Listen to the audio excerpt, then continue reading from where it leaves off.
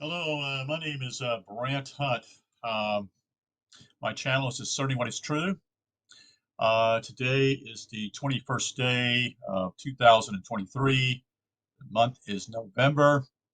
And what I'm going to be reading is a particular work that was done by Alvin, Alvin, Boyd, Kuhn. And the title is called The Lost Meaning of Death. Most people don't know who this guy is. He had a PhD. He went to Columbia University. Um, he was an American theosophist. He was a lecturer and a self-published author who proposed that the Bible derived its origins from other pagan religions, and much of Christian history, was where's it at here? I had it right here and I lost it here. Hold on just a second here. Um, was lost. So he obtained his BA in 1903 and started his career working as a language teacher in high school. He also enrolled in summer sessions at Columbia University in 1926 and 27, and then quit teaching to devote his to full-time studies in 27.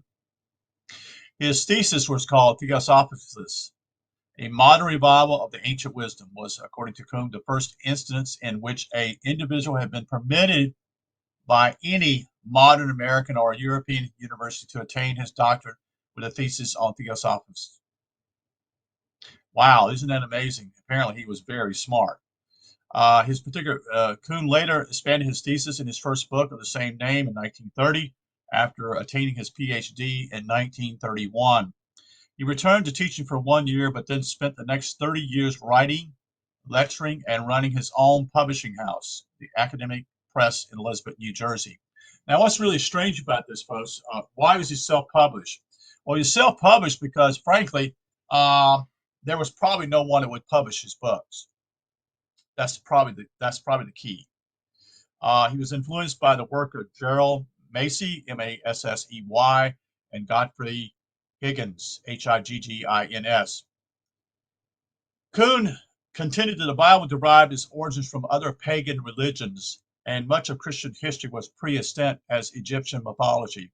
He also proposed that the Bible was symbolic and did not deplete any real events, and argued that the leaders of the church started to misinterpret the Bible at the end of the 3rd century. He's the author of over 150 books, essays, and published papers. Kuhn completed his final book, which is called A Rebirth for Christianity, shortly before his death on September 14, 1963, in Morristown, New Jersey. At the time of his death, he left 2 unfinished handwritten manuscripts. Several of his works have been published or reprinted posthumously, and many are available electronically. Um, Tom Harpur, Harpur, was influenced by Kuhn. Harpur dedicated his 2000 book called The Pagan Christ to Kuhn, calling him a man of immense learning and even greater courage and one of the single greatest geniuses of the 20th century. Towers above all others in recent memory and intellect and his understanding of the world religions. Harpur notes that Kuhn gave nearly 2,000 public lectures, which were lengthy, detailed, and well attended, but claims that Kuhn's self-publishing may have resulted in a lack of attention to his work. Kuhn's work had been dismissed by mainstream academia for their lack of sources and documentation, misrepresentations of linguistics, misplacement of quotations, and so forth. New Testament scholar, that is Craig A. Evans, has noted that the views of Harpur and Kuhn have been thoroughly refuted, and is not followed by any reputable historian or Egyptianist. Of course not. They're not going to look into this at all. They're just not. Some of the titles that he's published was simply called The Esoteric Structure of the Alphabet, written in 1900. Easter, the Birthday of the Gods. Halloween, a Festival of Lost Meaning. Mary Magdalene and Her 7 Devils. The Root of All Religion. There are many of them here, folks. Prayer and Healing, question mark. The Lost Key to Scriptures. The ultimate canon of knowledge. Also, Christ's 3 days in hell, revelations of an astonishing Christian fallacy. So anyway, I'm going to get into this particular reading here. Hold on just a second for me. Let's see if I can find it for myself here.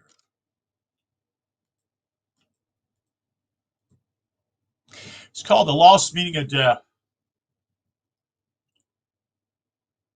This was actually, so I've made some quotes here before I've actually done the reading here.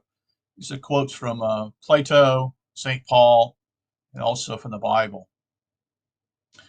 Quote, "For I have heard from one of the wise that we are now dead, and that the body is our sepulchre." Plato. The command that meant life proved death to me. St. Paul. Quote, "You have the name of being alive, but you are dead." Revelations 3:1.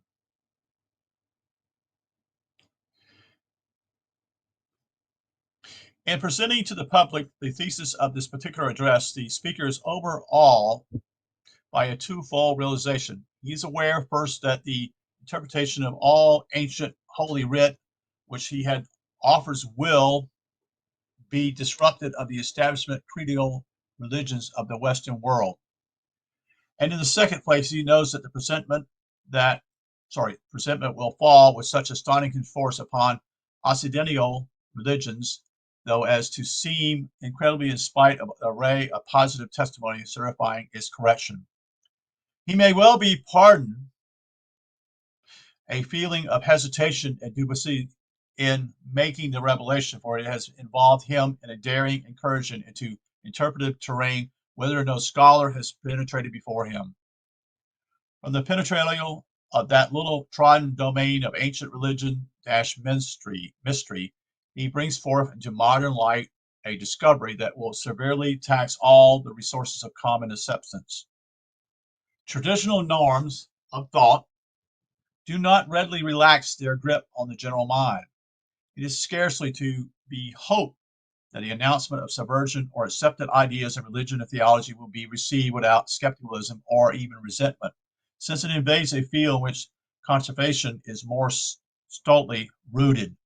Traditions long institutionalized do not easily break or bend to correction of principles basically vital to their very existence. Yet truth demands insistently from her devotees her inexhaustible tribute of sincerity and courage, and scholarship must flinch no duty in the line of truth seeking. It will be impossible in a brief preview to do more than a hint of the sweeping forces of the disclosure now to be made in the domain of religious interpretation. It is permissible to assert that it will revolutionize the entire modus of such interpretation in vogue since the 3rd century of the Christian era.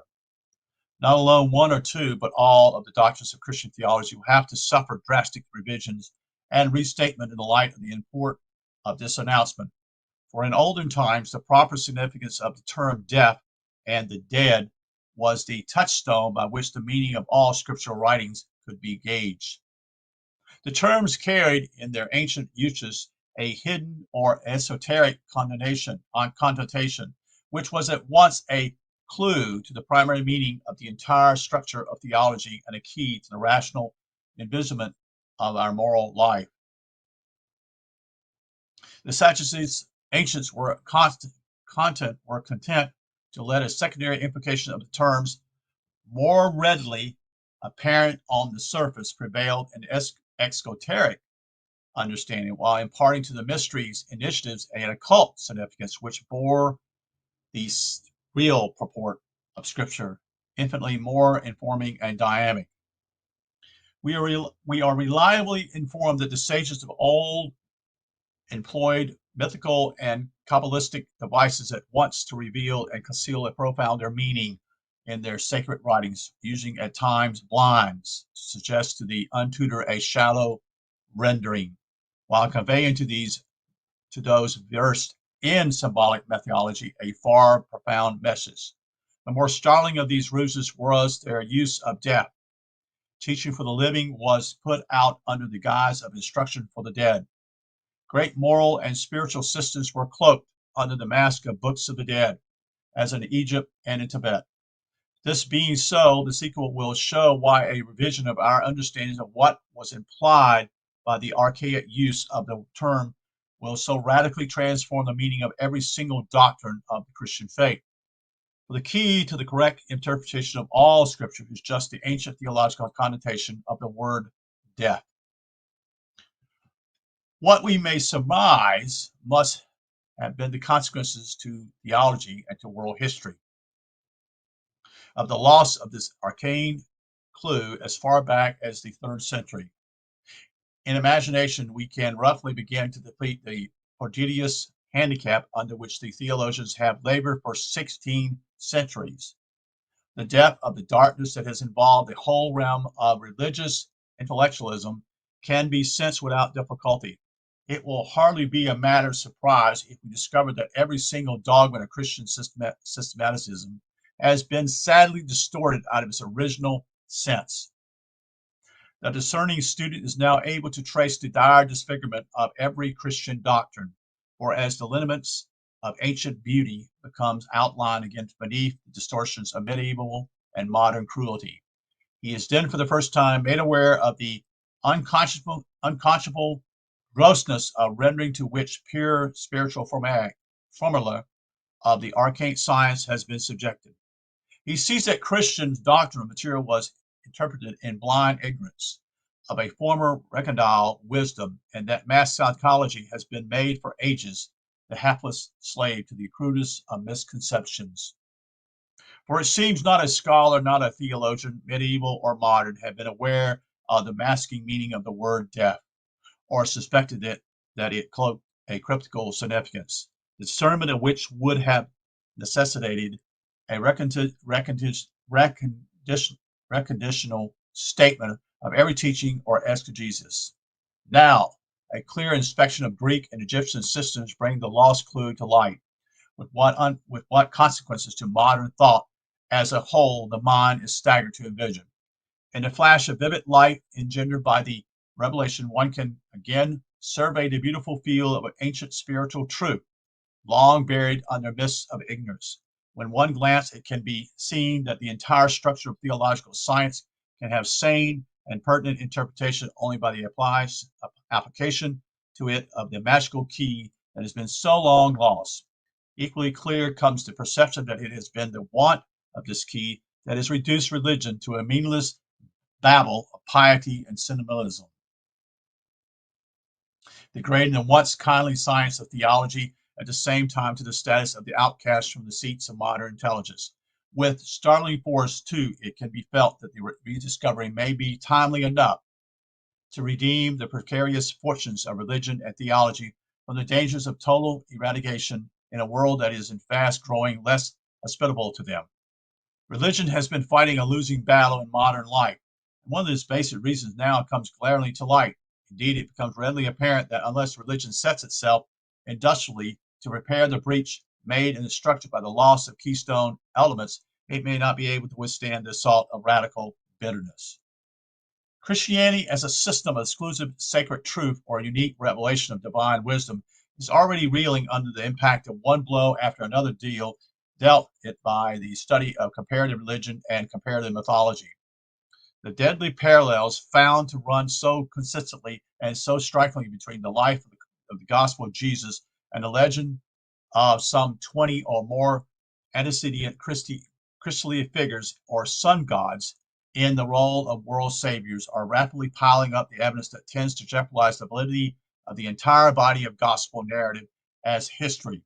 It is beginning to dawn on intelligent and informed students that the New Testament Gospels are not the biography of any person or living character at all, but are all dramatic books of the religious brotherhoods, portraying not the life of any man, but only the spiritual history of a typical figure.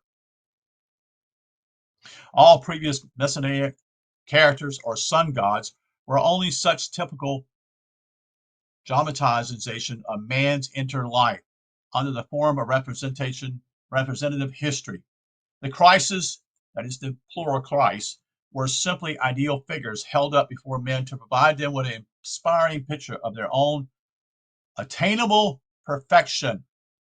Unbelievable as it may appear, it is the fact of history that with the lapse of time and the decay of philosophical culture, the more ignorant came to take these dramatic heroes for actually living persons. And in designing priestcraft, either itself now sunken in similar ignorance or motivated by piety or connivity or both, found it advantageous to the interests of a worldly ecclesiology system to connive at the misunderstanding. At any rate, the Gospels, which were only spiritual allegories, that is, see the writings of Philo, Clement, and Oran, and note Paul's statement that the story of Abraham, Sarah, and Hagar is an allegory, were about the 3rd century converted into literal history.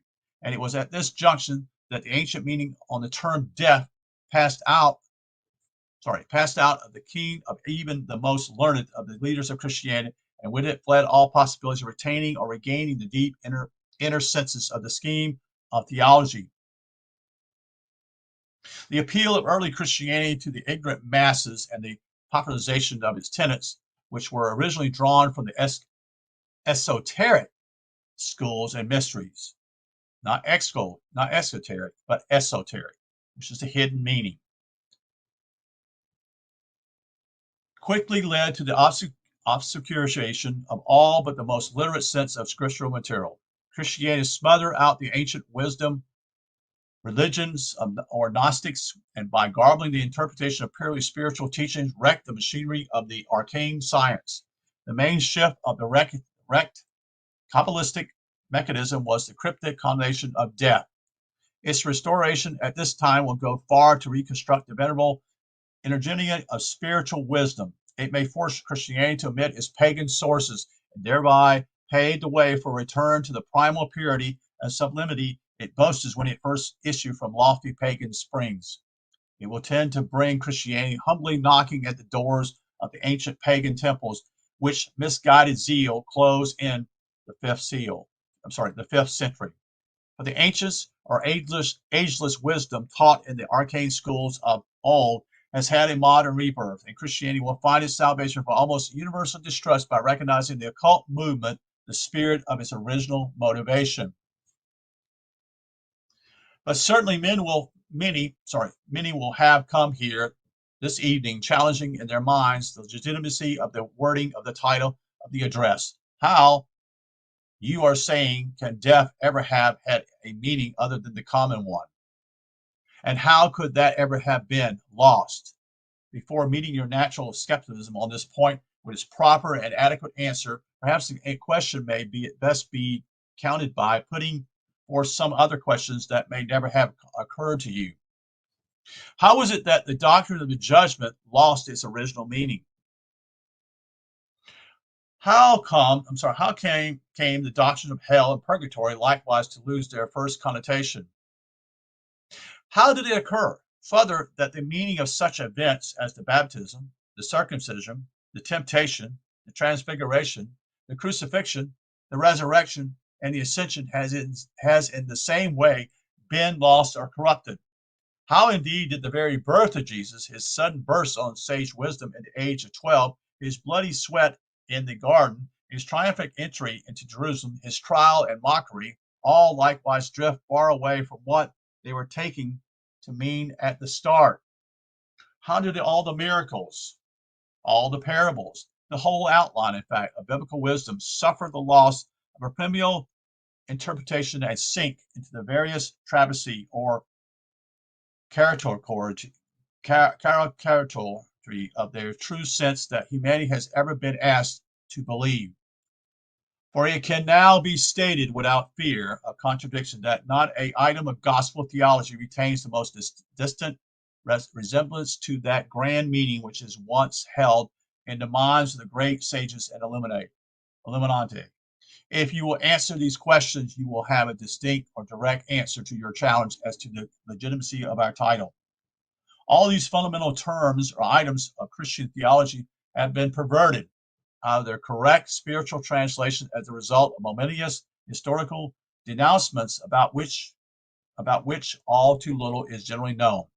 At the precise time at which Christianity was being formulated, powerfully currents of economic, social, and religious forces had came into play, the operation of which precipitated a swift and drastic shifting of the center of gravity, so to say, in religious values and motivations.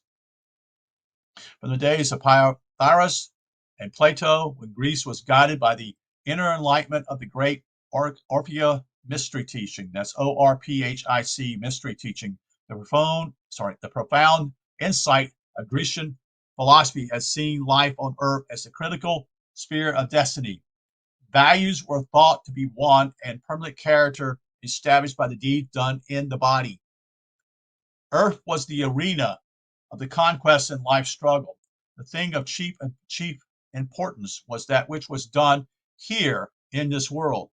Our mundane acts, words, and thoughts stamp the masses of destiny on our souls.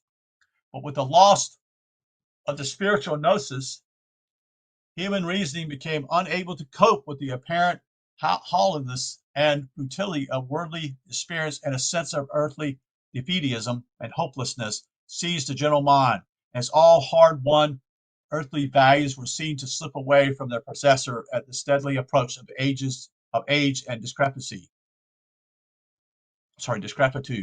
to be finally snatched away by the hand of death.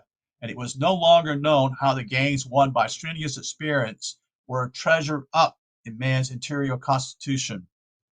A despair of the good of mundane life overwhelmed the consciousness of the age. Former hearty zest for living gradually gave way to skepticism, cynicism, and pessimism. Robust Greek philosophy yielded in a century or two to badly understood forms of Oriental negativism and resignation. Mortals turned their eyes from earth to the post-mortem heaven world as the locale of rewards and compensation happiness. Gilbert Murray, spelled Gilbert, Murray, Murray, the Oxford scholar, has designated this transferal of values by his famous phrase, the loss of nerve, on the part of the Greek world. The substance, as it were, had been extracted out of earth experience. A fatalistic resignation set in, and an earth-weary race fixed its eyes on heaven, the next world, as the place where sublunary wrongs were to be righted and human ills and woes blissfully compensated. This revolutionary alteration of viewpoint was the outer evidence of an inner loss. Humanity had mislaid the chart of spiritual destiny, and with its location of the pole star of truth and wisdom. It had lost its light of guiding understanding, and when it took flight, also the last vestige of the true meaning of the religious data. Sweeping clear out of the purview of this life altogether and over into another domain to which it was never intended to minister in the beginning, fled the message of all the scriptures. Religion had been instituted in the first instance as instruction and guidance for man's life on earth. But a false indoctrination following the loss of archaic teaching caused the disastrous shift in the focus of vision and the location of values, so that what had been intended for our perpetual behoove in the life lived here shot clear over the head of this world and landed in another realm, that is the astral world of spirits. Religion had become a cult of other worldliness, a looking to heaven for fulfillment denied here. Hence arose the cultus of spiritualism, and indirectly that of asceticism. Only in this light can we understand also the allocation of the idea of heaven to a strategic or a central place in nearly all religions, where human yearning demanded a region in which earthly failures were crowned with poetic success. A necessary consequence of this change, this loss of knowledge, was the transposition also of the continuality of progress for the soul from this life to the life and spirit. If effort was to be held as absolutely fruitless here, then provision had to be made for continual unfoldment in the life out of the body. Not even the rosette heaven could be made rationally satisfactory until the matter of perpetual development was adjusted in line with species specialist reasoning. But here religion ran into its most egregious era and originated a chain of untold disasters for human life and effort. It proved the ruin of all sound religious philosophy and closed off the channel of all religious benefit. It defeated the prime purpose of religion altogether, for it left man bereft of just those incentives which would have inspired him to apply himself with courage, steadiness, and fortitude to the task for the accomplishment of which he came to earth, which he came to live on earth. There's got to be a purpose here, folks. There's got to be a purpose why we're here. That's the question. There's got to be a purpose. This is what I'm saying as I read this, because there has to be. And if there's no purpose, what are we here for? That doesn't make any sense.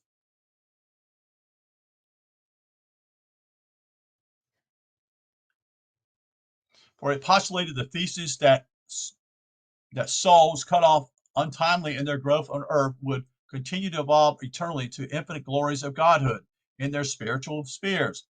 Here was born a delusion that has stultified the spirit of mankind ever since. For no more can a soul achieve any further cycle of growth out of earthly body than can an acorn become another great oak without being buried in the soil of the earth. And this theory that has puzzled an infinite amount of human effort came by default of religious knowledge of the hidden sense of the term death. Thrown under a mental coma by the alluring force of the belief that is short-sighted and blinded, faith has never seen that it continues spiritually. Progress were possible in a discarnate existence after only one brief life on earth. There could be found no warrant either in logic or in cosmic counseling for our projection into this life in the body for the one fleeting career. The incarnation which can never be justified save by the postulation of reincarnation. One life here, thrown in with eternity of growth in a spirit realm, is an untenable thesis to explain a rational cosmic procedure. And what he's saying simply is you're here only one time and you accept this so-called what is taught today, and then you're going to heaven. But that doesn't make any sense. Plus, it's just simply belief. There's no great work taking place here. You see, people just believe, and they're going to be disappointed because there is no heaven for them. You see, and they'll reincarnate again. And if this is being taught again, and again, what is the purpose? You have to ask, why are you here for? What is your purpose? Getting all the goodies? But yet you're going to die and you're going to reincarnate again. And unfortunately, no one is speaking what this guy is speaking about hardly anymore. Back to the book here. Speaking of obviously, one may still freely assert that the ossification of the inner meaning of death has utterly wrecked the science of theology. It has been the primary wellspring of the total illogical and natural unseemliness in the scheme of theology, which has so widely deprived it of intellectual support in the modern age. To a somewhat less extent, but still more considerably than has been surmised. It has mutilated likewise to hold in confusion some elements of the occult interpretation. It seems indeed to have escaped discovery universally, and all spiritual teachings everywhere has suffered in consequences. The first hint in the direction of discovery were picked up when the study of the great system of Greek thought known as Neoplatonism or Platonism, with its interpretation of Greek mythology and religion. One became aware of peculiar handling of the idea of death. To convey just what it meant by this statement, it would be necessary to quote a number of passages from the Greek writers themselves. They are in themselves quite valuable and should be more widely known. More lucrative renditions of Neoplatonic ideas came to us through the translation of Thomas Taylor. We begin with a comment of Taylor's own on Greek ideas regarding human life as a kind of death. Quote, they believed that human souls were confined in the body as in a prison, a condition which they denominated Genesis, or generation, from which Dionysus would liberate them. This generation, which linked the soul to the body, was supposed to be a kind of death to the higher form of life. Evil is inherited to this condition, the soul dwelling in the body as in a prison or a grave. The earthly life is a dream rather than a reality. The soul is purified and separated from the evils of this condition by knowledge, or what they called philosophy. The great Plato in himself found saying that men are placed in the body as in prison, and that he considered the body as the sepulchre of the soul.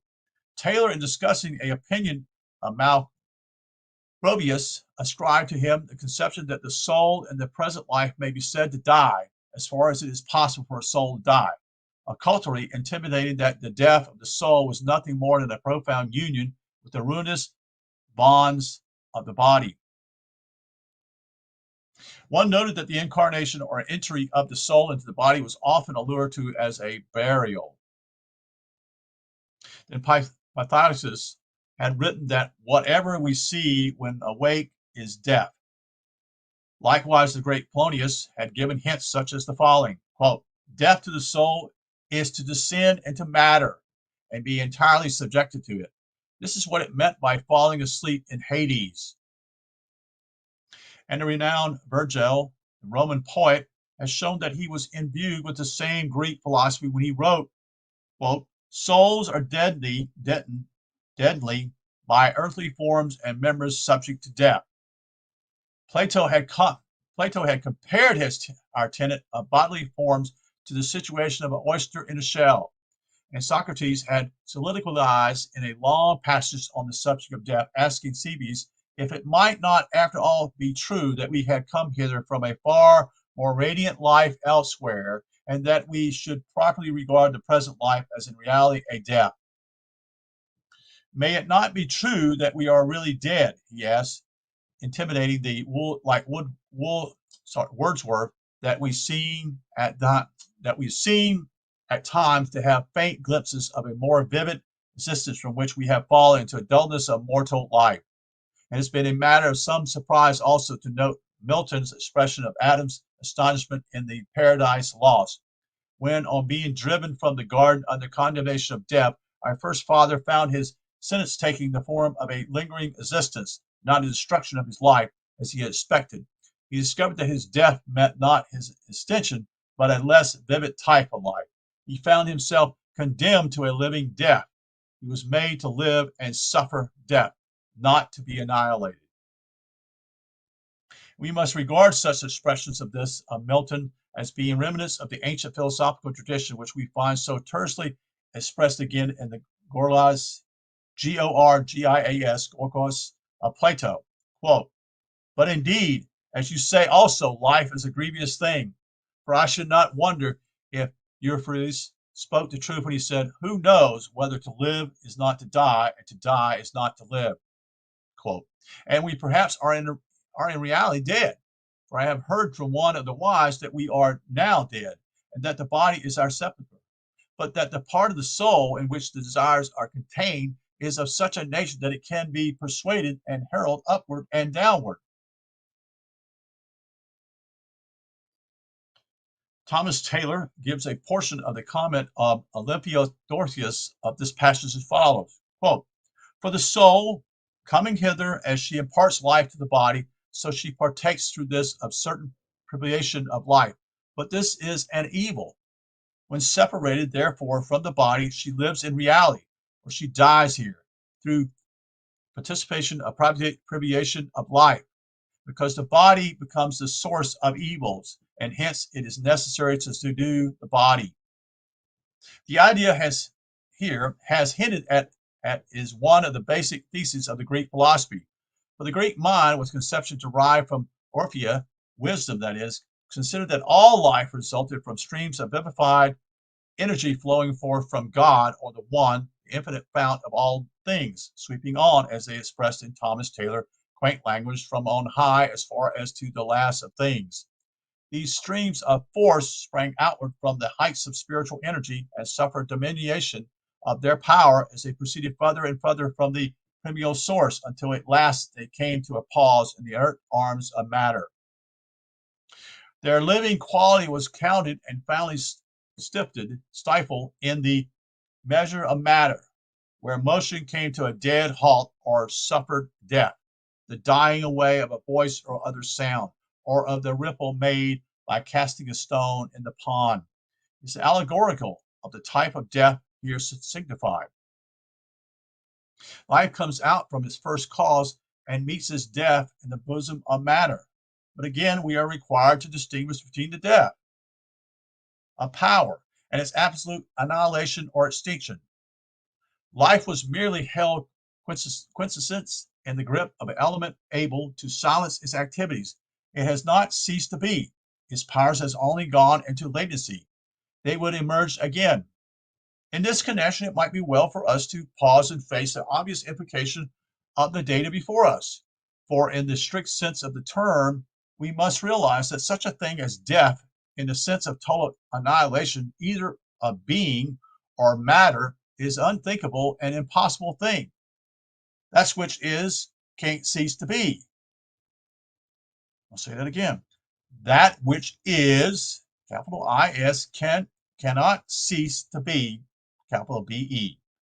That only which can happen to it is a change of state or transmutation of form. It can only come into the manifestation and go out again, yet never is not. In the shadow of which considerations we must accustom our minds to contemplate what is called death, anywhere in the passing from a more to a less vivid and active state of manifestation. Death is therefore accurately defined as the less heightening, less vibrant condition of any form of being or life.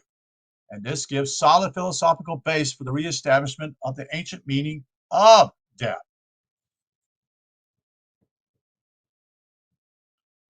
But in spite of scores of such texts and many similar hints before one's eyes, the force of fixable habitudes of thought prove as yet too strong for the full realization of the meaning wrapped up in the term to come clear to consciousness. The mind was still held fast by the delusion that the old philosophers were only speaking fancifully, or in poetic figures, or the dreary character of moral life. As life is often called a hell on earth, one might easily extend the metaphor and make it a venerable death. Watt thought the idea was poetry in conceiving that in a deeper sense it was also theology. Doubtless many a scholar in the face of this material has formed the same opinion and rested at that point, but discovery has not yet been made. One was to go further. The next step was taken when in reading of Lewis Spence, S-P-E-N-C-E, book, Myths and Legends of Egypt. The Egyptian form of the title, the so-called Book of the Dead, was for the first time encountered. It was given a per enum peru and was translated as meaning the day of manifestation, or the coming forth by day, or into daylight. It presumably was in reference to the end of a long period of life in darkness. This translation has once provoked the reflection that there was a mysterious incongruency between the Egyptian title and the English one given to it by the German scholar Lepsius, spelled Lepsius. How could a book whose title read The Coming Forth by Day be fitly named the Book of the Dead? Something was amiss here. Someone has blundered. Yet the book dealt mainly with the great trial of the soul of the deceased in the hell of judgment, the hell of Osiris. And Osiris was the lord of Amenta, the realm of the dead, the dark underworld. He was the king of those in their grave. It was apparently the book of the typical Christian judgment enacted in the world of souls following the demise of the body. Yet his original title was The Day of Manifestation. Here was mystification and a thrilling enigma. One knew that the Greeks had derived most of their profoundest concepts from the Egyptians.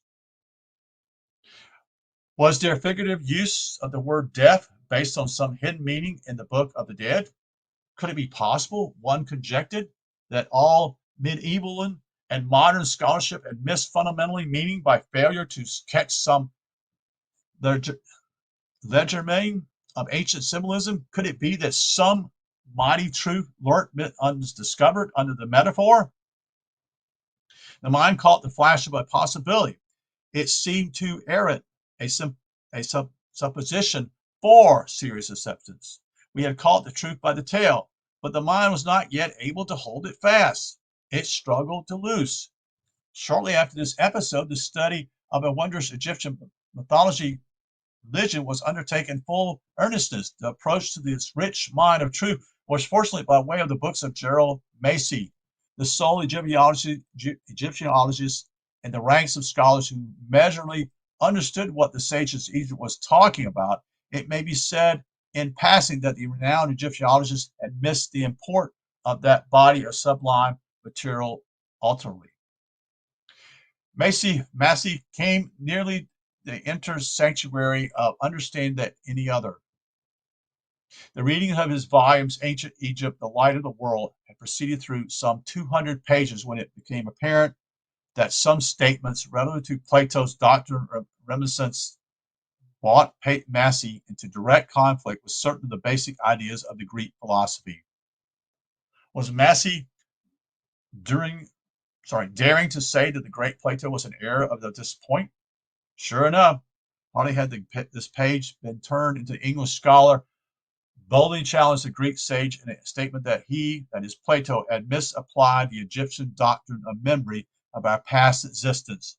But one knew without a moment's doubt that that's not Plato, but Massey had misapplied the doctrine. Suddenly it was realized that Massey's entire position with regard to what he calls the eschatology in ancient religion was wrongly conceived. And just as suddenly out of the quandary of the thought element involved in Massey, the state critique of Plato flashed at last the full truth as to what the ancients meant to be understood by death. The light of vision flashed, and the lost key to the ancient scriptures was once more in hand, as by the wavering of a magic wand the whole meaning of religion in its large and basic pictures was bodied forth in vivid light on the screen of mind. At last one could see what religion was all about. One could now trace clearly the hint of obscure outlines of the entire structural system by which religion had been presented by the sage of old to the early races. The whole body of ancient sacred writing was at one stroke redeemed from the dark meaninglessness to pertinent references, that is, light, understanding, lucid meaning darted with the speed of thought across the whole field of religious interpretation. The ultimate principle of explanation and synthesis has been found. The background and reference of all religion, myth, and allegory and symbol had come to light. The experience of this moment was one never to be forgotten. The stupendous implication of the new datum began to flood the mind until they threatened to overwhelm it by their sheer magnitude. The first realization brought a sense of the incredible magnificence of the structure of ancient wisdom, as the revelation sent the rays of a new discernment of meaning in every direction through the old theological material. The mental sense reeled in presence of a veritable epidemic of cosmic mind in sublime manifestation. The mind was thrilled and then awed by gleam on gleam of new comprehension. But the very brilliance of the intellectual light then suddenly induced a saddened reflection, where it revealed by contrast the appalling darkness of the prevalent religious intelligence. Side by side with the ancient flame of spiritual wisdom, the murky feebleness of present religious conceptions was disclosed for the first time in glaring repulsiveness. How shameful had been the creation of lofty spiritual ideology was only now seen fully when the heights from which it had fallen were brought into towering view. One saw the lamentable corruption, the incredible distortion which clear knowledge had undergone. It grew unmistakably evident that the main purpose of religion in the world had been defeated, that its meaning had misfired, that mankind in the main had been cheated of the messages put into the hands by the demagogues of bygone ages. History could be distressingly seen as the misguided struggle of races deprived of the light they should have had. If Christian nations were to possess the light again, it would become necessary for dogmatic theology to confess its unconscionable cruelty and accept thoroughgoing correction to be aligned once more with the nobility of its ancient ancestry. And what was the discovery that released all this vision and comprehension? What was it that flashed in the moment of wrestling with Massey's entanglement of Plato's doctrine of reminiscence? It was a lost meaning of death. With overwhelming certitude had come the perception that when the ancient writers of sacred books of religion spoke of death, they referred to our present life on earth in these bodies of flesh. And when they spoke of the dead, they again referred to us, here and now, alive as we seem to be, and by the terms grave, tomb, coffin, sepulchre, mummy case, out of which we would be resurrected, they meant these living bodies of ours in their theology. To die was to incarnate in bodies on earth. It was found that these two words, womb and tomb, are from the same stem and convey the same connotation. He who enters life by way of the womb has entered the tomb of living death. In their eyes, death was to live the kind of life we are living here. In reality, as calm reflection then for the first time clearly indicated for the soul, there is no such thing as death in the sense of total destruction, for the soul is indestructible. For it, death could be at any time only a matter of relative intensity or degree of life, and this would be dependent upon the character and materiality of the embodiment in which it might find itself functioning at different stages of its growth. And one saw then that our life was fitly deserved the appellation of death because it was the most sluggish, inert, and restricted sphere of existence in which it was ever called upon to become embodied and imprisoned. This type of life was the profoundest death it was ever subjected to as an individual entity. It could go no lower. Be restricted no more completely than it was here.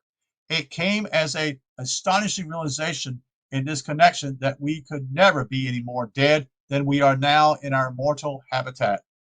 We are truly in the very jaws of death, in the valley of the shadow of death, and we are therefore the dead of all ancient philosophical books. Religion has been designated as instruction and guidance for those in their graves of earth life, and its sacred books were meant to be light for us, the dead, in the dark underworld of Hades, Sheol, Amento, but long ago was lost the knowledge that such instruction was for us, that we were the dead, for whom all religious systems were devised, and for whose resurrection out of the tomb of the physical body the whole end and aim of religion was envisioned. The first correlator from this basic conception was the knowledge that the resurrection could not connote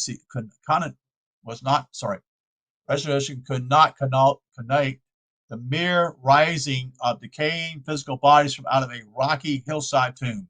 It referred to the real rising of the buried soul from out its physical prison. Its reading at last of the fleshly veil of the temple. Its bursting the bars of death in the body, which was the only grave, the sepulchre, tomb, or sarcophagus, that the wise ancient ever had in view in the permeation of their great Eastern message. The whole framework, therefore, of the religious temple was seen to be constructed of spiritual, not of historical elements. The gospel narrative was then as a series of spiritual allegories designed to depict the nature of our own personal soul life, the history of every man's experience in the world of flesh and matter, or in the realm of the dead. Further research and constant checking of the theory against the possibility of misconception of error finally placed the overwhelming weight of mountainous scholarly data back of the interpretation and made possible the announcement of the discovery as an assumed fact. Not a single item of ancient philosophy, not a statement anywhere in ancient texts controverts this conclusion in the least degree. Whereas every new bit of testimony fortified its tincture and increased its unassailability, any theologian or scholar is challenged to refute it.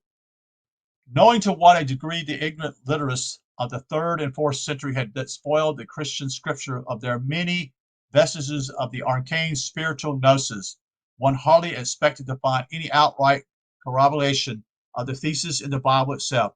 But the Bible is the book nobody knows, and many and surprisingly are the texts one may find therein.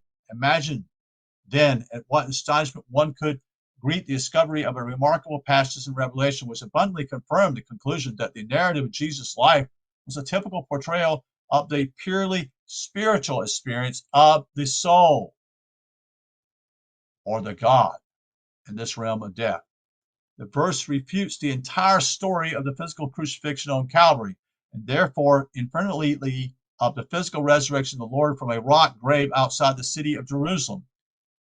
It is in Revelations chapter 9, 8, and speaking of the two witnesses for Christ slain by the dragon's runs, and their dead bodies shall lie in the streets of the great city, which spiritually is called Sodom and Egypt, where also our Lord was crucified.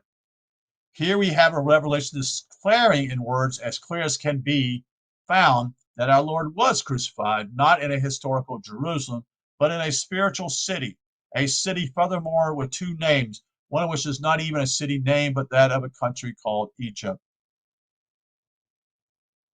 Not only does this verse negate the whole literal and historical interpretation of the Gospel Chronicle, but it adds its own corroboration to the new rendering of the meaning of death, the place where the dead bodies of the two witnesses, the two segments of our dual life of soul and body, shall lie, as well as where the Christ in us is crucified, is thus marked as the place of death, which, as the new truth reveals, is this earth and our life upon it. And it's further significant that Revelation gives as one of its many names Egypt. No one can long study Hebrew, Greek, and Egyptian religious literature without being assured that this term, Egypt, is used never in the sense of geographic unit on the map, but as a chief designation for the place, country, or habitat of earthly incarnation. It is therefore a figurative term for life on earth, or earth as the scene of incarnated life. To go down into Egypt is a certain chromogram for the descendants, for the descent into incarnation, or being born on earth.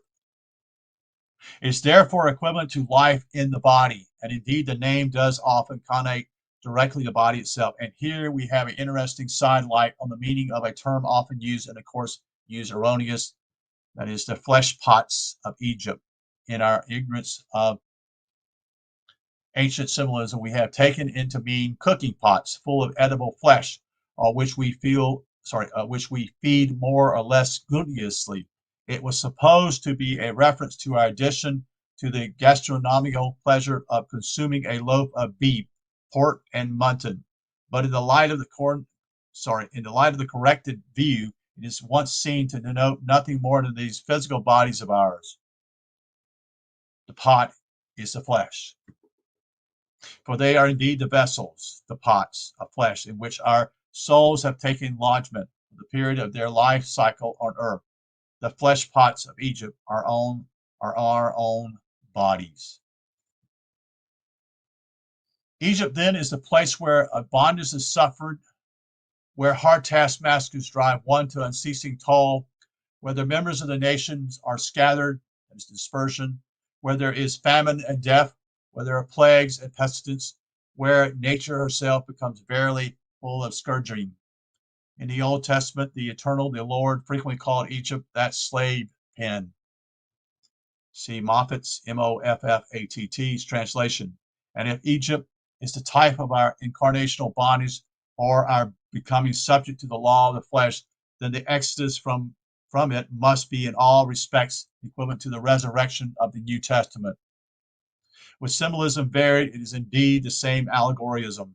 For after a sojourn in the land of Egypt, we are released in the fulfillment of the cycle, and always the exodus from this far country.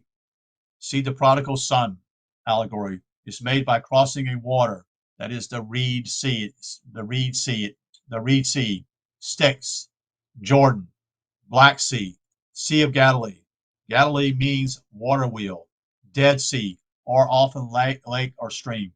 For those who take their Bible literally and geographically, it will come as a hard blow to be told that their Red Sea of the map and atlas is now gone out of the Bible altogether.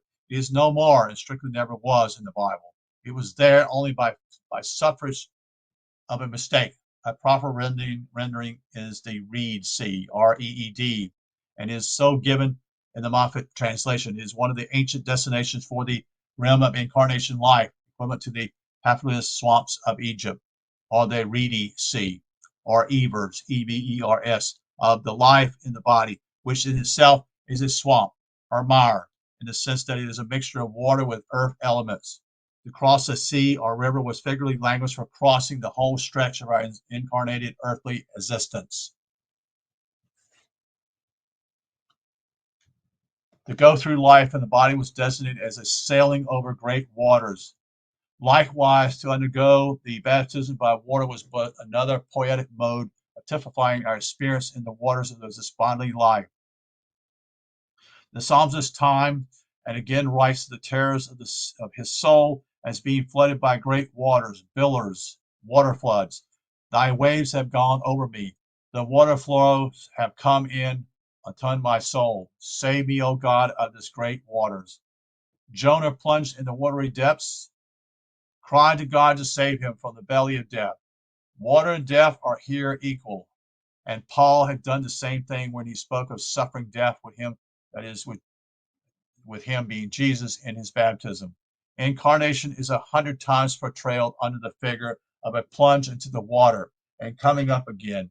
Baptism theologically never meant anything other than to live the life in the body.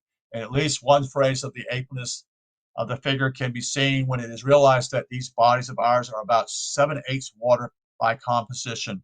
The only fraction of it is earthly elements, giving us the basis of ancient symbolism of incarnated life as a swamp or mire. Then came the forceful recognition of a second corollary, equal in vital significance to the first. If this earth was the grave or tomb of the soul, then under the ever-recurring title of the dark underworld, this life was also the literal Hades or hell of theology. Here on earth was the dark valley of Hinnom, Hinom, that's in the Old Testament, the valley of dry bones, which were to be reunited, reanimated, and restored, the valley of the shadow of death, the Hebrew Sheol, the Greek Hades, the Egyptian Amento, the night Plutonian shore of poets oppose Edgar Allan Poe's Raven, the realms of Avernus, Orcus, and Tartarus, the vale of Lethiel, where the sluggish Plutonion and the dark and murky Styx flows between the shores of life and death, the abysmal dungeon of Tophet, and the dark and gloomy underworld of all religions opposed to the radiant and sunny upper world of or heaven.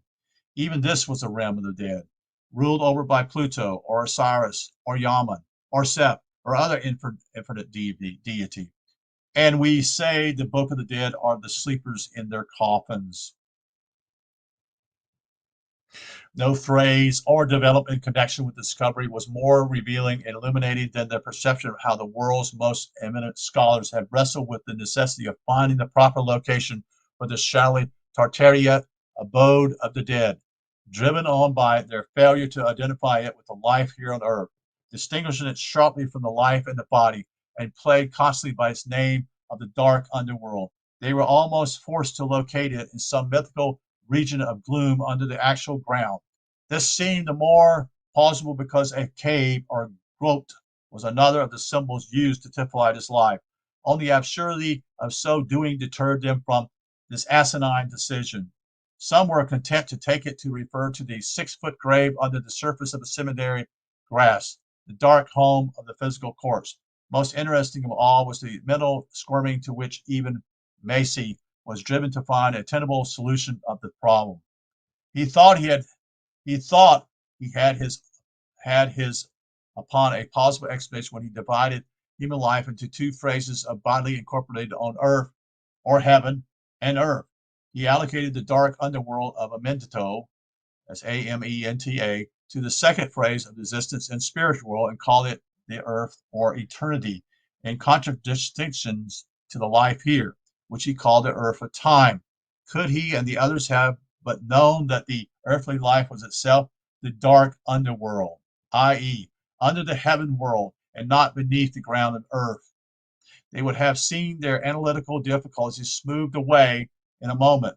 They were like the men who goes around hunting for what he holds in his hand all the while. They range about it in every corner of heaven and earth to locate the underworld of Amento, not knowing they were in it all the time. Had Gerald Macy been astute enough to grasp the correct status and location of Egyptian Amento and carry its implications through the body of theological dogmatism, he would have done a work entitled him to be rated as one of the greatest benefactors of mankind in struggle against superstition. He missed the pinnacle by his single failure to see through the trick of ancient symbolizers of spiritual truth and calling this world the realm of the dead in their graves. Still counting little on biblical collaboration of the amended interpretation of death, we were quite startled again to come unexpectedly a little later upon a text from the 3rd chapter of Revelations. Again, this is from Moffat translation, which seemed to give it to the new thesis all the scriptural support that one could ask. Words could hardly be plainer. Here's the quote. This is from Revelations, 3rd chapter. I know your doings. You have the name of being alive, but you are dead. Wake up. Rather, what is still left to you, though it is on the very point of death, for I find nothing you have done is complete in the eyes of my God. If you will not wake up, I shall come like a thief, till still you have a few souls that have not soiled their raiment. Quote. It is expected that exception will be taken to the application of this statement to humanity in general, when it stands as part of the evangelist's injunction to one of the 7 churches in Asia. Perhaps it's too much to hope that naive literalism has yet passed beyond the stage in which these churches of Revelation was taken for church congregations in a modern sense. It is sufficient to reply that the reference to the passage is surely not locale, but racial in a spiritual sense. What words would better deplete the very situation in which the ancient Greek seers envision us? We have the name of being alive, but we are dead. Ye are dead in your trespasses and sin. Abel's St. Paul. The wages of sin is death, he repeats, adding, to be carnally minded is death. And what would other anthropologists condition is man likely to become tempted to carnal mindedness than those which go with the lineage to the body of flesh? And this incarnation came partly as the result of ancient wrongs perpetrated by man in former cycles, so that his death or incarnation is in one sense the wages of sin.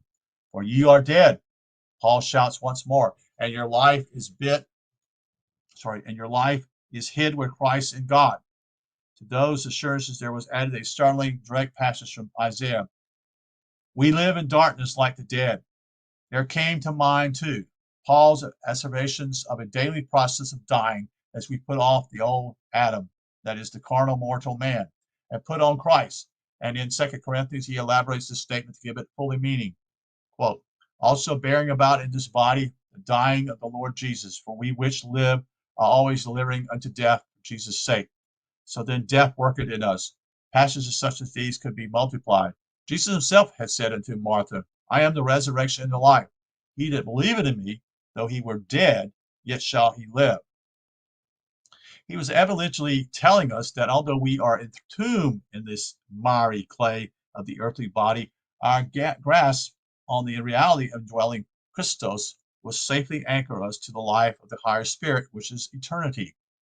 The chief point in the citation of these texts is to make evident beyond cavit that the term death, as used thus in the Bible, cannot possibly refer to the act of physical demise. The common connotation of the word, how can one die daily? If the word die has its common acceptance, to be born again, to be quickened, as the Bible asserts so often, is to awake out of this lethargic state of spirit subjected to the inhalation and inertia of matter and body, and to come into a new status where we assess our spiritual energy, revitalizes every faculty of being into vibrant activity. Quote, awake, thou that sleepest, shouts Paul again. Quote, and arise from the dead, and Christ will shine upon thee. Indeed, the miracle of raising Lazarus from death is but a cryptical glyph for the process of reviving the dead, since drugged and anesthetized faculties and powers of the soul from the benumbed condition after long burial in this muddy vestige of decay. No historical Jesus ever raised to life a defunct and already corrupted Cavadal. The episode was written as an allegory depicting our spiritual awakening from legal stupor in the body. The whole story is found in the Egyptian Book of the Dead, complete in every detail, written in as early possibly as 6,000 years before Christ. It was an allegory then, and we may be sure it was an allegory still when transcribed centuries later into Hebrew literature. All the Old Testament, much of the New, traces to earlier Egyptians or Persian books. In the 7th chapter of Romans, St. Paul speaks in such a clear fashion of theological sin and death as to leave no room for argument as to what he condones by his use of the term that is so closely linked. By incarnation, we came under the law. Begins the apostle. Under the law, we developed sin, which was our violation of law, which while we were yet ignorant children, as expounded further in as expounded further in Galatians chapter 4. Then by sin came death. The whole sequence is the cycle of necessity, as Greek philosophy called it, or the periodical descent of soul into the lower worlds for its cycles of experience, which brings us under the law, gives it to the consciousness of good and evil, or the sense of sin, and subject it to bondage to the flesh. As pre-human animals, we live without law, says Paul. Hear his word. I live at one time without law myself, but when the command came home to me, sin sprang to life, and I died. The command that meant life proved death to me. The command gave an impulse to sin. Sin beguiled me and used the command to kill me. Sin resulted in death for me by making use of this good thing. The interest of the flesh meant death.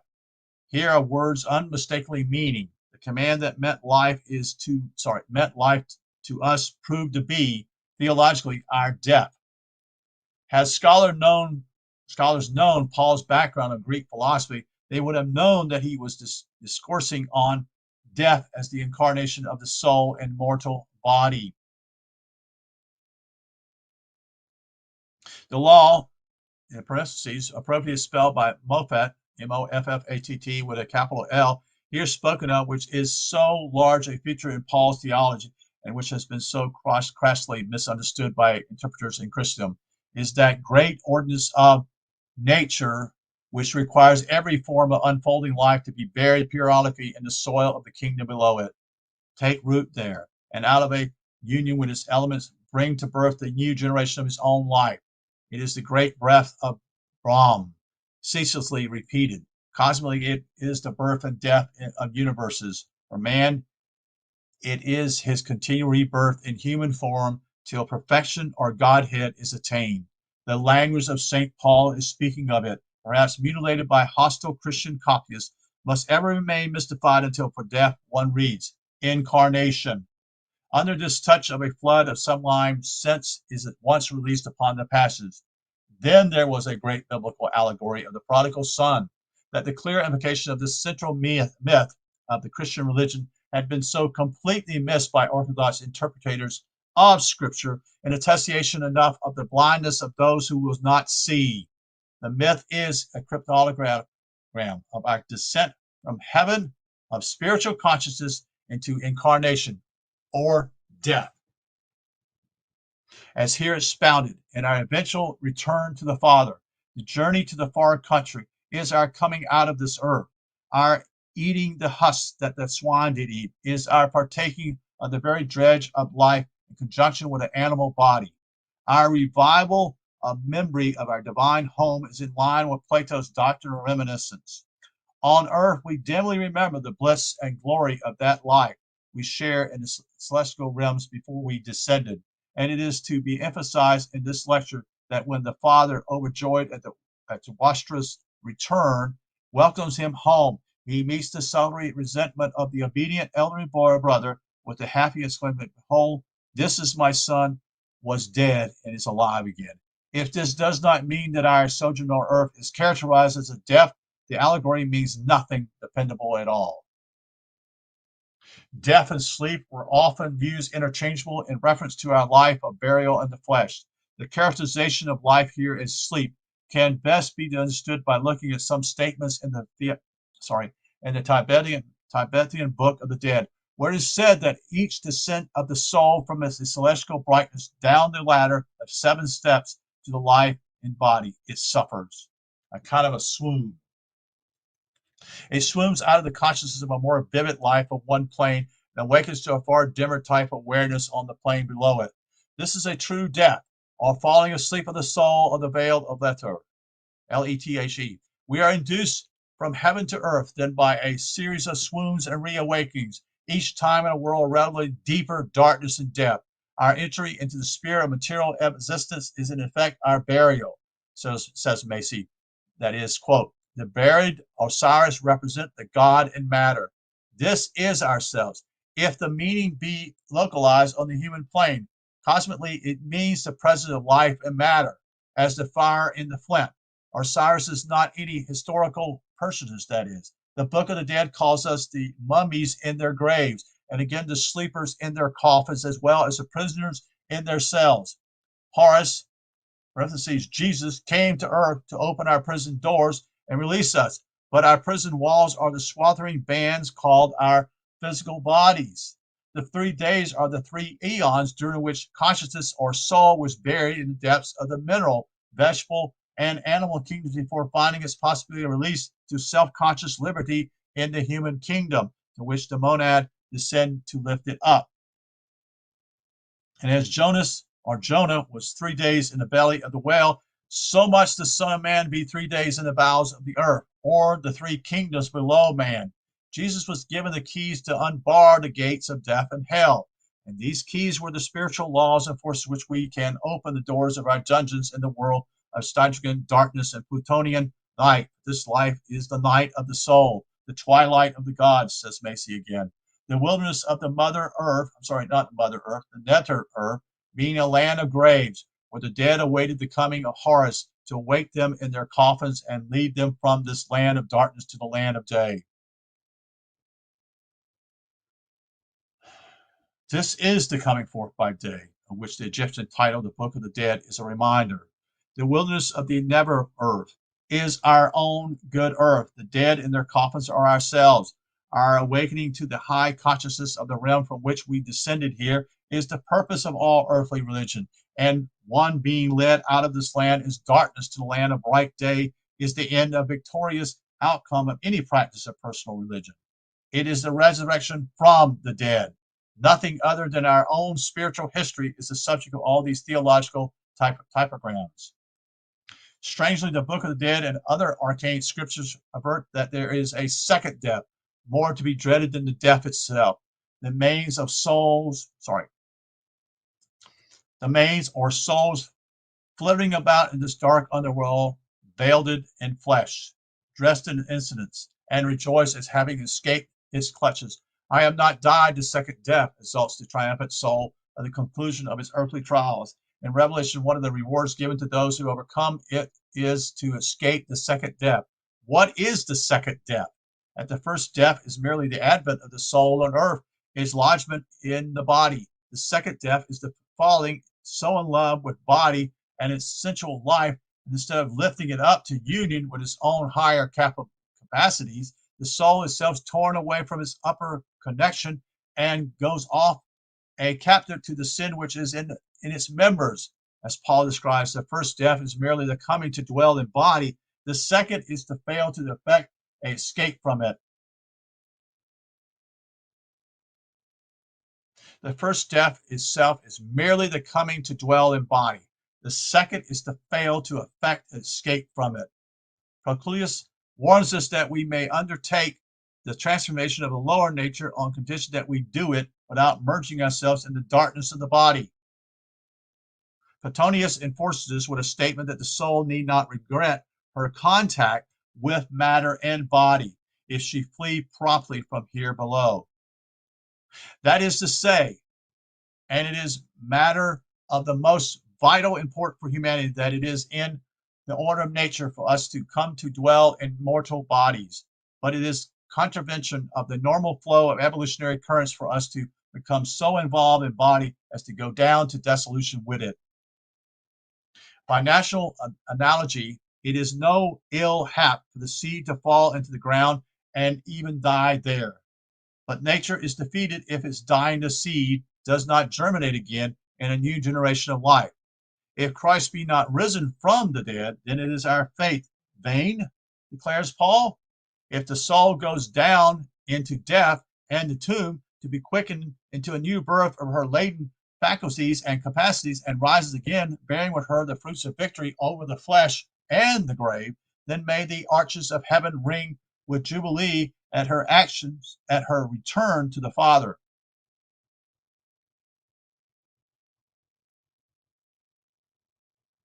For the powers of darkness are no malignant devils, but the inertia of matter and still unevolved capacities, the divine nature of all beings.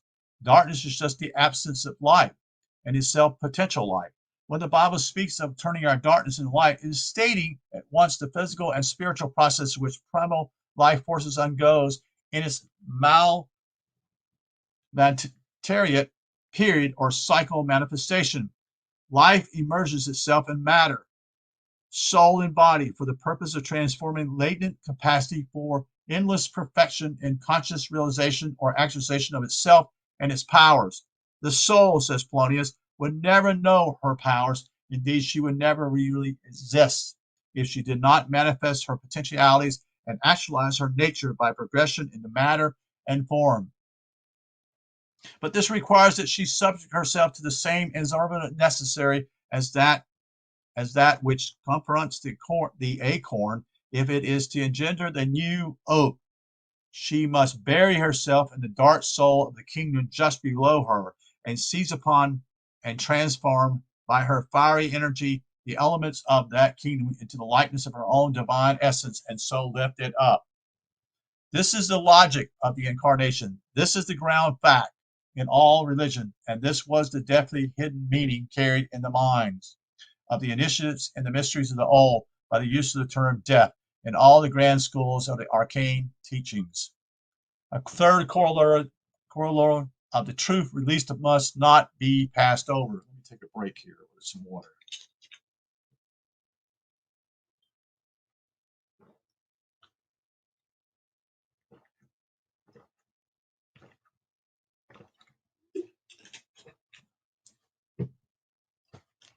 It is vast importance and points to the necessity of quite drastic correlation of current theological conceptions. It affects the doctrines of purgatory and the judgment. Both these episodes of spiritual history have been assigned to the wrong world.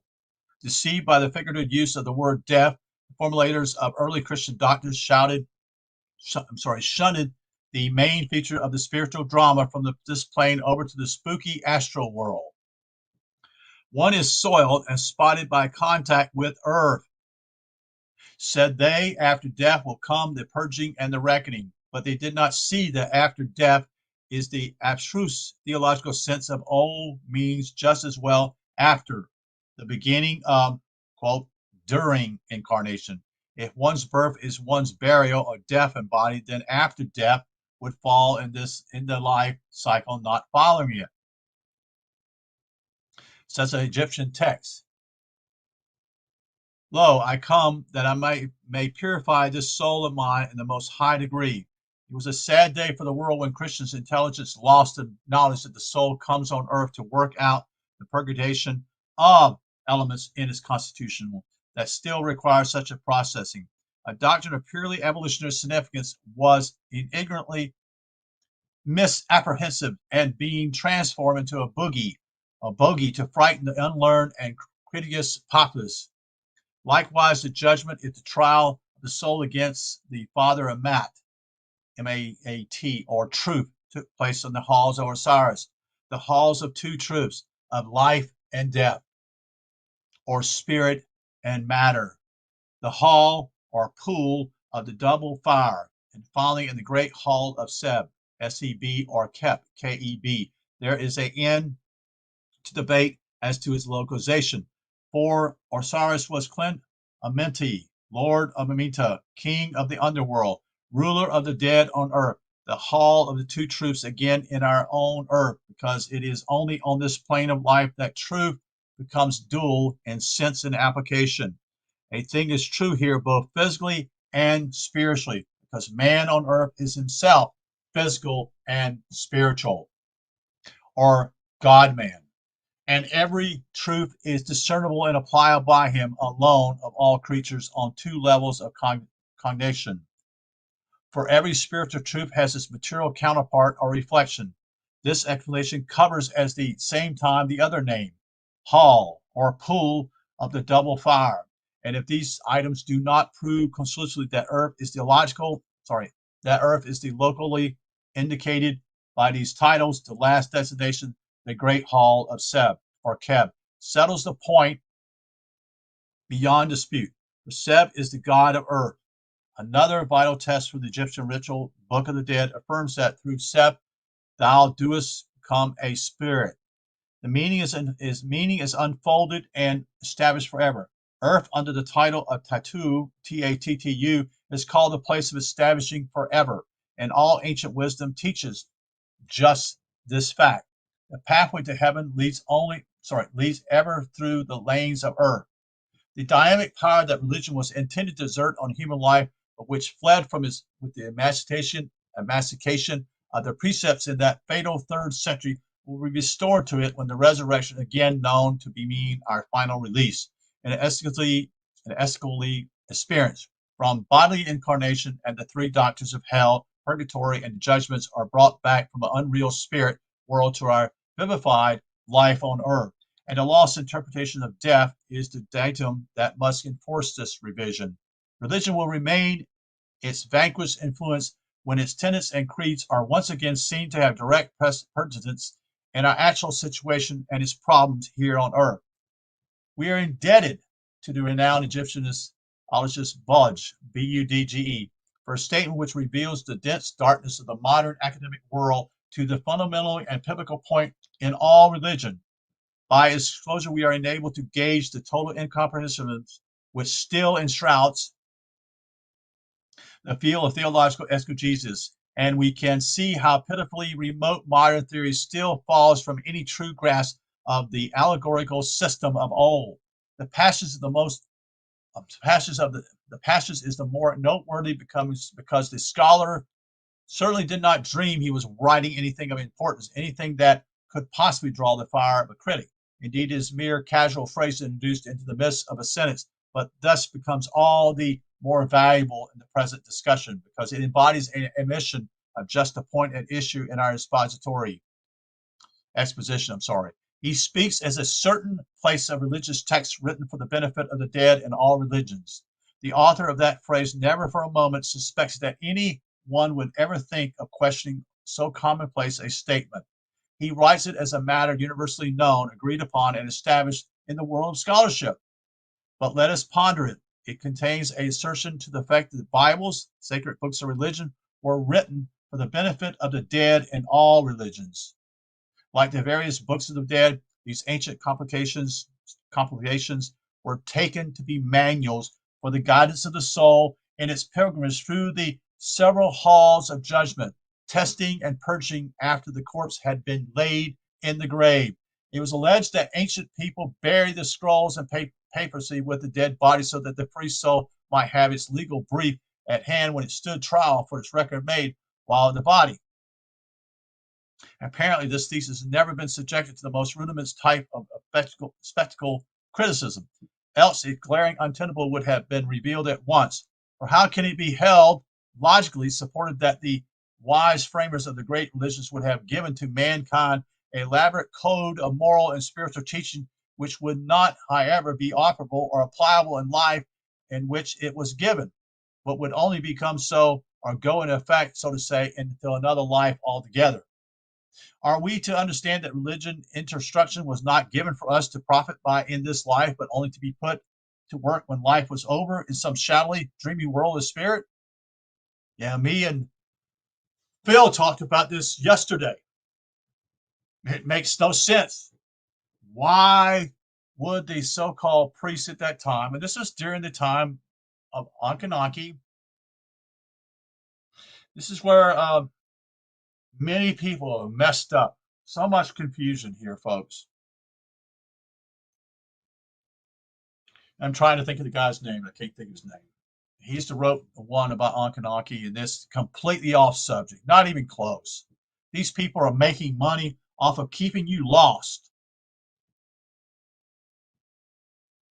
It'll come to me. So why would they do this when you're already dead?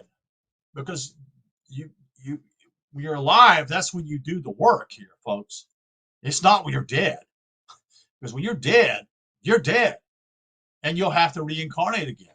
That's what this is about. So these guys give this paperwork for them such and such. Makes no sense. It's actually asinine.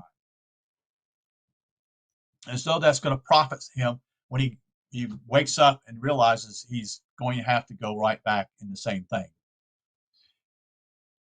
We are asked to believe that the sages ignored our mortal needs in this life and given us teaching only to fortify us to pass the test in the realm of brass. And this is still the accepted belief in the highest academic circles, in our churches, seminaries, and universities. We're on earth only to think of the life in heaven. That's where they got your perspective in, folks. They've lied to you about all this shit. I'm just going to be straight for you, folks. They've lied to you about everything. And I'm not talking about finances. I'm not talking about money. That's nowhere near what this is, folks. This is far more deadly.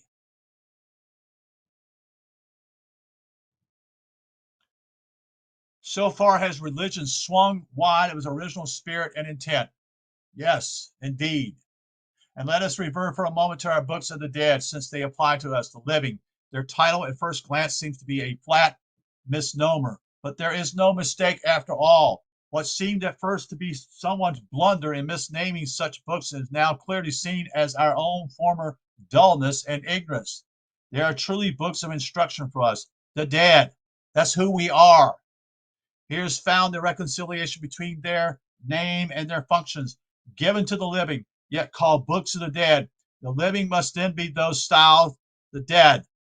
They were not written for manes, M-A-N-E-S, floating free to the dream consciousness of the spirit plane, but for the behoof of us active, those who are alive today. Conscious souls gaining our experience amid the scenes and labors of this mundane world.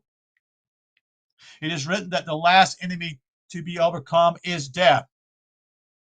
Those faiths that struggle to solve life's enigmas without the concept of reincarnation are forced to render this text as meaning that man will eventually grow so spiritually, that is a grossly abused and uncomprehended word in these days, you see, that he will linger on indefinitely in his physical form without demise.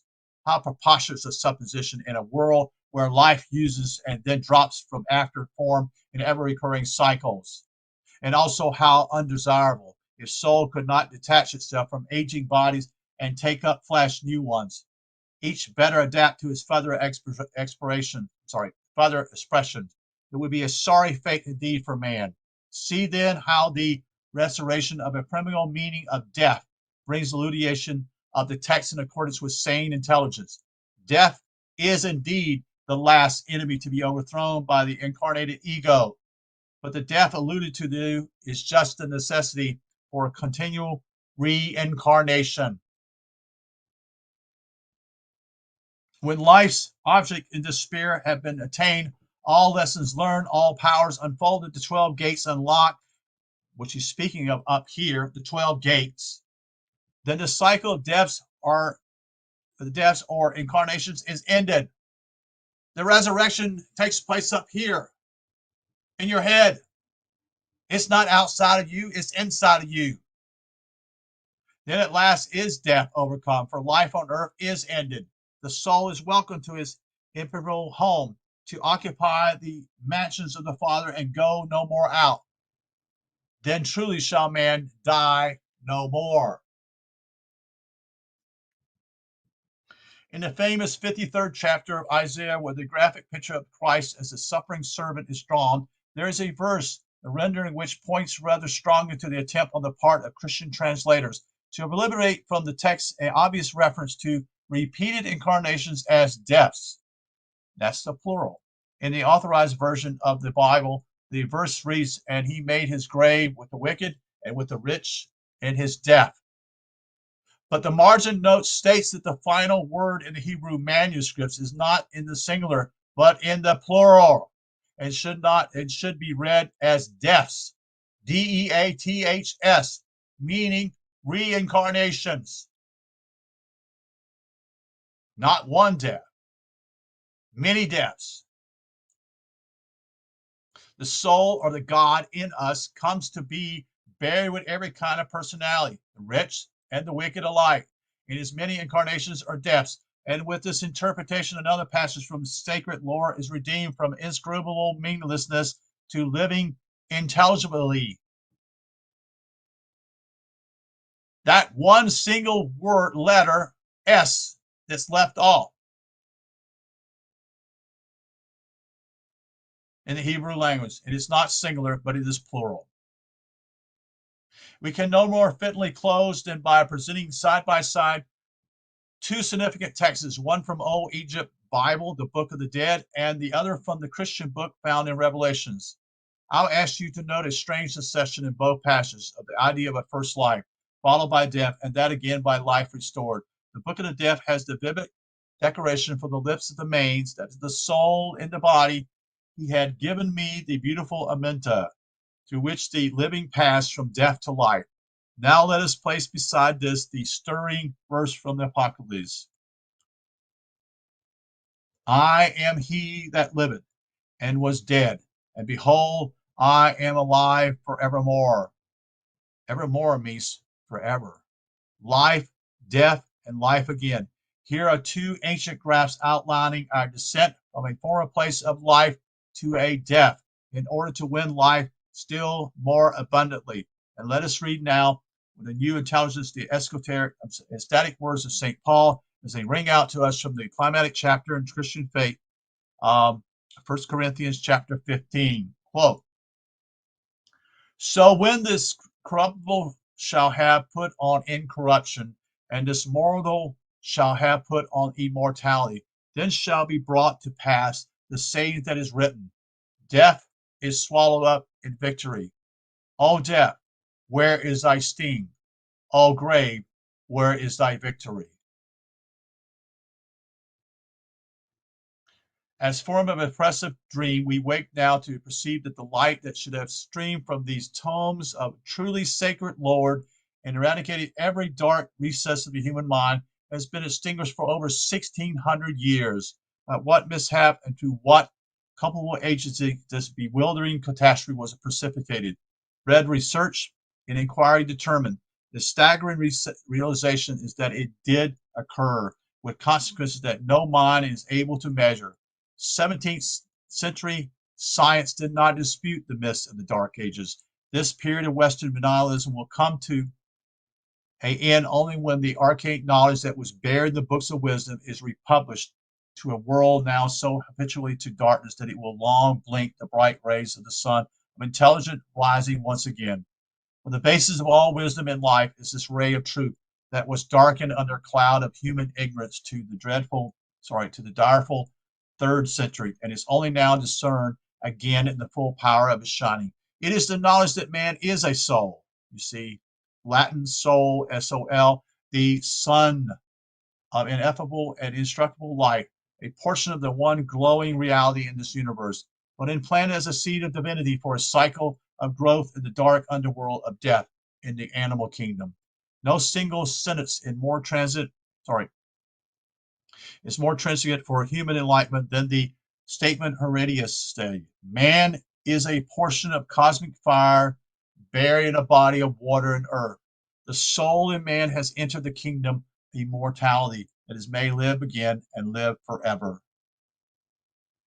And that is the conclusion of our reading tonight from Alvin, I should say, Boyd tonight.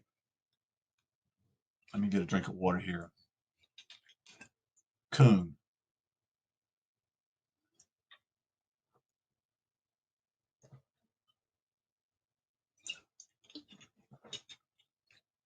So that's my reading tonight, this particular piece of work that he has written. This is amazing. This is amazing. Good work. I hope that you have ears to hear and eyes to see. But more importantly, that your heart will understand what is being said here. Thank you for being here, and we'll talk to you later. Take care.